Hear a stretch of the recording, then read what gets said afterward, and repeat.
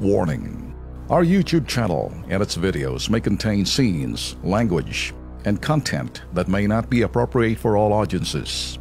These videos include surveillance footage, undercover pursuit of suspects, actual police and rescue operations, and fearless confrontations.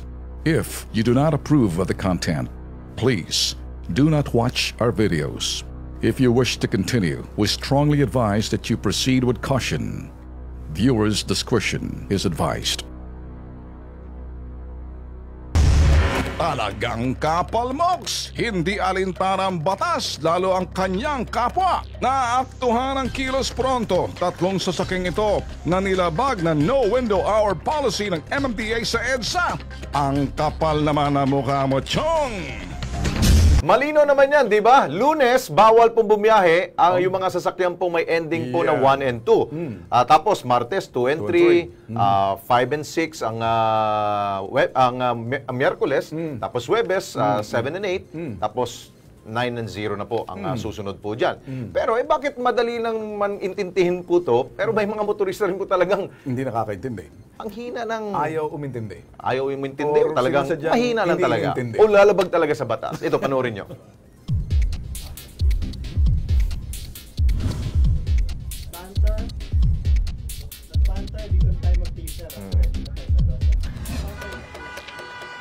Mahigpit nang ipinatutupad ng MMDA ang no window hour kaugnay sa number coding.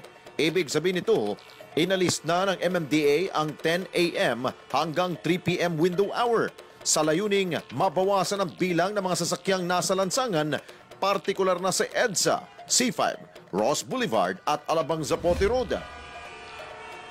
Pero kaumpisa pa lamang at kasagsagan ng pagpapatupad nito, naaktuhan ng Kilos Pronto Team noong ika-18 na Oktubre, araw ng Martes, ang tatlong sasakyang ito na may plakang nagtatapos sa 3 and 4 na malayang bumibiyahe sa kabaan ng EDSA.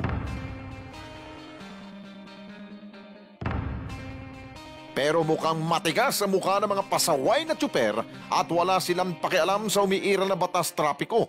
Naku po, MMDA at Highway Patrol Group ng PNP, tila nalulusutan kayo ng mga ito para palalahanan natin ang mga mamang tsuper at may-ari ng mga sasakyan. Narito ang listahan ng mga plate endings at anong araw sila bawal bumiyahe sa lansangan. 1 and 2 tuwing Lunes, 3 and 4 tuwing Martes, 5 and 6 tuwing Miyerkules, 7 and 8 tuwing Huwebes, at 9 and 0 tuwing Biyernes.